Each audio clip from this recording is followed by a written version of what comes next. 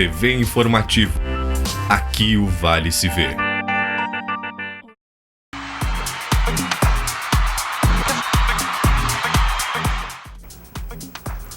Olá, Grêmio empata e termina na liderança na primeira fase do Gauchão. O Internacional vence, faz o seu papel lá em Vacaria e fica em terceiro. E o Lajadense perdeu do Ipiranga em Erechim e está na segunda divisão. É agora, no Papo de Boleiro.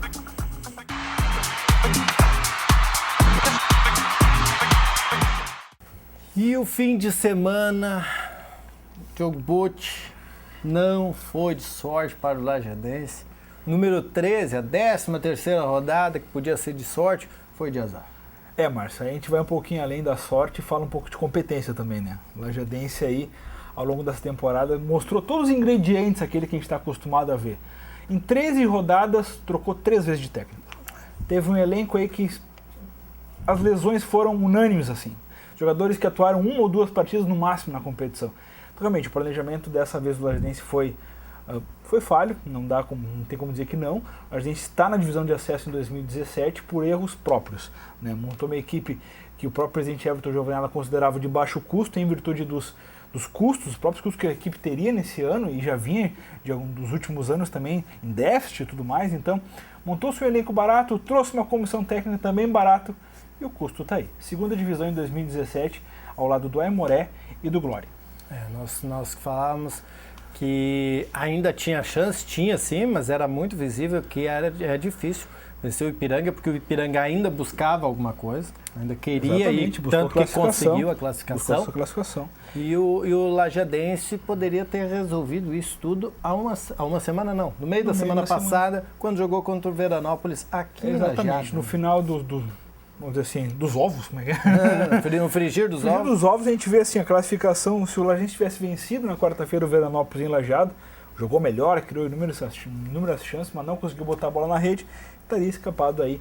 O Cruzeiro, que a gente dava pro até virtual rebaixado aí nas últimas rodadas, venceu 3 partidas e está fora do rebaixamento. Em 13, o Cruzeiro venceu 3. Exatamente, o Lajadense venceu 2. Fez 10 pontos, Lajadense. Então não tem como fugir do rebaixamento dessa maneira. A campanha foi bastante abaixo aí do esperado. Foi a novidade, vamos dizer assim, muitos, até os cronistas da capital, consideram uma surpresa, vamos dizer assim, o Lajadense ter caído. Mas realmente, o Lajadense, pelas últimas campanhas, foi uma surpresa, mas pelo que fez esse ano, fica claro que merecia ser rebaixado. Não surpreende, né? Bom, o que surpreende, então, é o técnico Benhor Pereira, lá que conseguiu levar o Cruzeiro de último a não rebaixado. Exatamente. E também, e aí o Glória, né? Negativamente o Glória, que estava lá também, chegou a disputar vaga na classificação, acabou rebaixado. Na verdade, no início do campeonato eram 2 equipes que apostavam muito, né? O Glória, que tinha montado um elenco bastante valioso, vamos dizer assim, o próprio Klemer no comando, que vinha umas campanhas muito boas no Inter, na divisão de base e tudo mais, depois teve aquele problema, acabou saindo do Internacional. E o Veranópolis, né, do Luiz Carlos Vinck, que chegou na última rodada, perdeu para o próprio Cruzeiro em casa, né, dependia somente de si para conseguir uma vaga entre os 8, o perdendo em casa ficou fora da zona de fora da zona de classificação, e vê aí, amargando com os mesmos 15 pontos, com 16 pontos, o Brasil de Pelotas ocupa a última vaga aí. Então 2 equipes se esperavam demais nesse início do campeonato, acabaram decepcionando. O Glória muito mais. É isso aí. Bom, o Lajadense nem tudo está parado. Ainda tem a Copa do Brasil, e agora é em abril ainda, né? Dia 13 de abril, jogo no estádio Beira-Rio, lembrando que o Lajadense perdeu o mando de campo. O amendoinzinho da Dona Helena ali pegou de jeito a garganta. Dia 13 de abril, então, lembrando o torcedor, o Lajadense perdeu o mando de 8 jogos, em virtude daquela confusão, ainda com o River do Piauí. Vai 100 anos. Na série, vai uns 100 anos para cumprir isso aí, né? Então joga no estádio Beira-Rio, é a partida de ida contra o Figueirense, lembrando que o Lajadense perder por 2 gols de diferença, já elimina o segundo jogo lá em Florianópolis. É isso aí. Bom, nós vamos ficar agora o Lajeado na torcida pela Copa do Brasil, porque ali é um dinheirinho bom que entra, né? Ou a segunda fase mais ainda. Né? Dá pra pagar alguma folha já. Vai que tira o Figueirense. Vai que tira o Figueirense, mostra uma recuperação aí, né? A gente... Fazer valer o ano. Claro, exatamente. A gente tá vendo ali o elenco do Lajadense, ele tem carências e tudo mais, mas futebol, né? De repente vai lá, faz 2-0 no Figueirense, quem sabe o carimba a vaga aí pra próxima fase da Copa do Brasil, que vem dinheiro a mais. Isso aí, podia. Bom, já que não foi bom para o Lajadense esse semestre, Foi bom para o Grêmio. Conseguiu aí a primeira colocação, time do técnico Roger, jogando também pela Libertadores da América, mas ainda assim manteve a topo do Gauchão. O Grêmio já estava garantido até a última rodada, últimas 2 rodadas, em função do número de vitórias, né? Márcio São José mesmo, que vinha ali no encalço do time do Grêmio, não poderia alcançar o tricolor no número de vitórias, e na tarde de ontem lá na Arena acabou empatando aí no finalzinho com o Juventude, golaço do Luan de falta aí, que colocou esse Grêmio no empate, evitando a derrota na Arena para o Juventude, que também classificou bem aí, a equipe conseguiu a 4ª vaga nessa primeira fase do Gauchão. Vamos dar uma olhada nos gols de Grêmio e também do Juventude nesse jogo que aconteceu na Arena no domingo às 4 da tarde.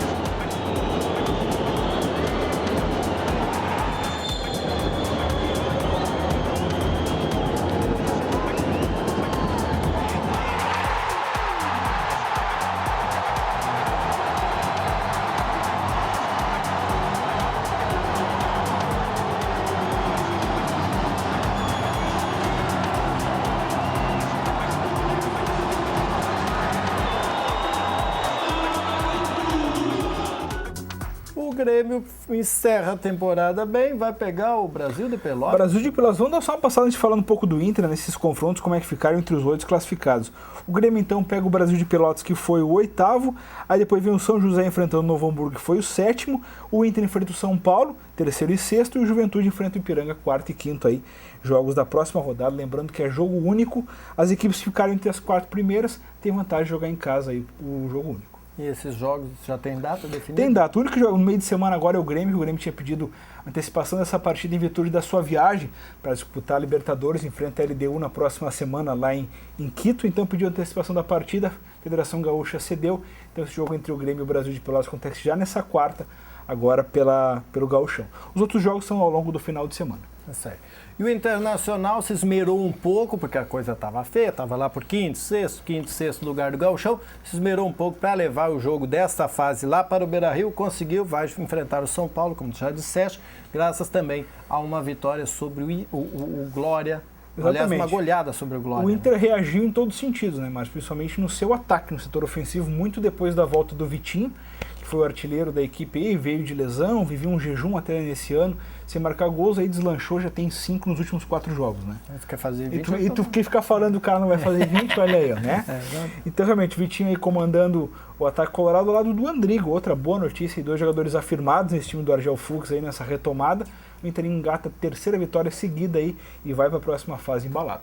Isso aí, o Internacional que começa a se preocupar, nós já estamos em abril, Diogo Porto, em junho não tem mais goleiro no Internacional. Exatamente. E aí? O Inter está no mercado aí, as informações dizem que realmente o Danilo Fernandes é a bola da vez, vamos dizer assim, o Inter negocia com o jogador que hoje pertence ao Sport, mas tem seu contrato encerrando no mês de dezembro. O jogador dificulta a transição para renovar o contrato e o Inter já conversa com os empresários, lembrando que no mês de junho, faltando 6 meses para o término, o jogador fica livre para assinar um pré-contrato com qualquer clube.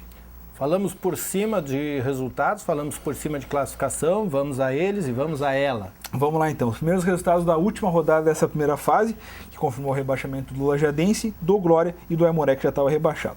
O Grêmio então ficou no 2-2 com o Juventude, o Novo Hamburgo fez 2-1 no clássico lá do Vale, em cima do Aimoré, o Ipiranga fez 2-1 no Lajadense, o São Paulo tomou em 5-1 do São José lá em Rio Grande, o Brasil de Pelotas confirmou sua classificação vencendo o Passo Fundo por 1-0, o Glória perdeu para o Inter em casa por 3-0 e o Veranópolis perdeu em casa para o Cruzeiro por 1-0. É isso aí, esses foram os resultados. Com esses resultados, classificação final da primeira fase. Classificação final então, primeiro o Grêmio com 29 pontos, seguido o São José com 28, o Inter é o terceiro com 26, O Juventude é o quarto com 23. Na quinta colocação aparece o Ipiranga com 18, mesma pontuação do São Paulo, que é o sexto, o Novo Hamburgo é o sétimo com 16 e o Brasil de Pelotas é o oitavo também com 16. Fechando na zona de rebaixamento, o Glória caiu com 11, o Lajadense com 10 e o Aimoré com 7. E o Lajadense não ganhou, foi rebaixado, enfim, notícia triste, mas nem todas as notícias são tristes para o Sport de Lajeado. A LAF, na sexta-feira à noite já, tinha um título na mão, mas jogou no sábado para o primeiro título nacional do ano. Acaba invicta aí a Taça Nacional, disputada lá em Giruá, noroeste do estado. A LAF venceu os 2 primeiros jogos contra o Ioca Guaratinguetá e o Atlântico, jogo na sexta-feira. Aí esperou o resultado do final entre os 2 outros clubes, acabou confirmando a vaga já por pontuação. No final de semana empatou em 2-2 com o Florianópolis e assegurou esse título aí importante. A LAF começa com o pé direito a temporada e mais um título na mão. É isso aí, ainda em abril começa a Liga Nacional. Agora em abril começa a Liga Nacional e em maio já começa a Série Ouro. Muito bem. Então, você que vai torcer... Parece que o calendário é assim, a gente termina a Lajadense e começa a LAF. Né? Já tá encaminhando, tá desse tipo. Aí depois quando dá a LAF, dá uma folga no finalzinho. Aí volta a Lajadense de novo, exatamente. A matéria amanhã no informativo do Vale sobre esses próximos passos do Lajadense na temporada, lembrando que tem a Copa do Brasil pela frente ainda, a gente pensa já na questão das copinhas do segundo semestre. Você fica sabendo no Jornal Informativo desta terça-feira e nós voltamos depois do Redação Informativa da terça para falar mais sobre esporte aqui para você no Papo de Boleiro. Até mais. Abraço.